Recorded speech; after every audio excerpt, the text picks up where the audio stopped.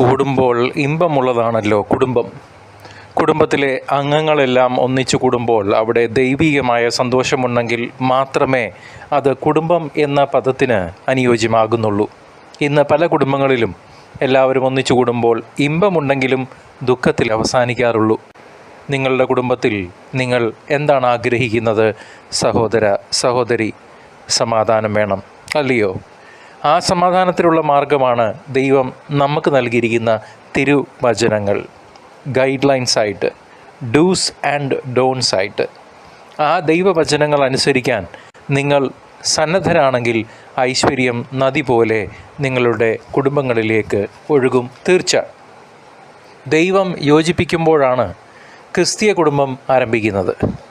ദൈവം യോജിപ്പിക്കുന്ന ബന്ധത്തെ വേർപെടുത്താൻ മനുഷ്യന് യാതൊരു അധികാരവുമില്ല. ജീവിത പങ്കാളിയെ ആയിരിക്കുന്ന അവസ്ഥയിൽ ദൈവ തൃക്കരങ്ങളിൽ നിന്ന് സ്വീകരിക്കണം. ജീവിത പങ്കാളിയിലെ നന്മ ദർശിക്കാൻ സാധിക്കണം. ഭർത്താവിനെ നന്നാക്കാൻ നടക്കുന്ന ഭാര്യയാണ് നീയെങ്കിൽ നിനക്ക് തെറ്റുപറ്റി. ഭാര്യയെ നന്നാക്കാൻ നടക്കുന്ന ഭർത്താവാണ് നീയെങ്കിൽ നിനക്കും തെറ്റുപറ്റി. അവരവരുടെ തെറ്റ് മനസ്സിലാക്കി അത് തിരുത്താൻ തയ്യാറാണെങ്കിൽ ആ വ്യക്തിയുടെ കുടുംബം കൂടുമ്പോൾ ഇമ്പമുള്ളതായിത്തീരും. ദാമ്പത്യം ഒരു കൂതാശയാണ്. ദൈവം നിനക്ക് നൽകുന്ന ദൗത്യമാണ് നിൻ്റെ കുടുംബജീവിതം. ദൈവമാണ് നിന്നെ കൈപിടിച്ച് കുടുംബജീവിതത്തിലേക്ക് കൂട്ടിക്കൊണ്ടുവന്നത്. വിവാഹത്തിലൂടെ രണ്ട് വ്യക്തികൾ ആത്മാവിലും ശരീരത്തിലും മനസ്സിലും ഒന്നാകുന്നു. രണ്ട് കുടുംബങ്ങൾ ഒന്നിക്കുന്നു. രണ്ട് ഗ്രാമങ്ങൾ ഒന്നിക്കുന്നു. അങ്ങനെ യോജിക്കപ്പെട്ടിട്ടുണ്ടെങ്കിൽ അതിൽ ചില കാര്യങ്ങൾ അടങ്ങിയിരിക്കുന്നു.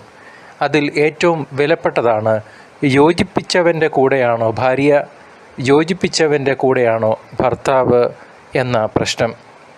അങ്ങനെ യോജിപ്പിച്ചവൻ്റെ ദൈവത്തിൻ്റെ കൂടെ നിൽക്കുന്നവരുടെ ഹൃദയത്തിൽ മാത്രമേ ഐക്യം ഉണ്ടാവുകയുള്ളൂ. ദൈവത്തെ കൂടാതെ സമാധാനവും ഐക്യവും ഉണ്ടാക്കാൻ ശ്രമിച്ചാൽ പരാജയപ്പെടുകയുള്ളൂ. ഇന്ന് പല കുടുംബങ്ങളിലും ഭാര്യയുടെ ഭാഷ ഭർത്താവിന് മനസ്സിലാകുന്നില്ല. ഭർത്താവിൻ്റെ ഭാഷ ഭാര്യയ്ക്കും. പന്തക്കുസ്ത ദിനത്തിൽ പരിശുദ്ധാത്മാവ് ഇറങ്ങിയപ്പോൾ ഗലീലിയക്കാരായ അപ്പോസ്തലന്മാർ അവരവരുടെ ഭാഷയിൽ സംസാരിച്ചപ്പോൾ മറ്റ് ദേശക്കാർക്ക് അത് തിരിച്ചറിയാൻ സാധിച്ചു. ഐക്യമുണ്ടാകണമെങ്കിൽ ദൈവത്തിൻ്റെ പരിശുദ്ധാത്മാവ് കടന്നു വരണം. ദൈവാത്മാവ് കടന്നു വരുമ്പോഴാണ് പുരുഷനും സ്ത്രീയും വിവാഹത്തിലൂടെ ഒന്നാകുന്നത്. ദൈവാത്മാവ് കടന്നു വരണമെങ്കിൽ ദൈവത്തിന് ഒന്നാം സ്ഥാനം കൊടുക്കണം. ഒന്നാം സ്ഥാനം കൊടുത്തേ മതിയാവൂ. ഓരോരുത്തരും കുടുംബത്തിലെ മറ്റുള്ളവർക്ക് ബുദ്ധിമുട്ടുണ്ടാക്കുന്ന, സമാധാനം നഷ്ടപ്പെടുത്തുന്ന സ്വാർത്ഥ താല്പര്യങ്ങൾ ഉപേക്ഷിക്കാൻ തയ്യാറാകണം. എഫെസോസ് 5:22 ഭാര്യമാരെ, നിങ്ങൾ കർത്താവിനെന്ന പോലെ ഭർത്താക്കന്മാർക്ക് വിധേയരായിരിക്കുവീൻ. സ്ത്രീ പുരുഷ മനഃശാസ്ത്രത്തിൽ വ്യത്യാസമുണ്ട്. ദൈവം അങ്ങനെ തന്നെയാണ് സൃഷ്ടിച്ചിരിക്കുന്നത്.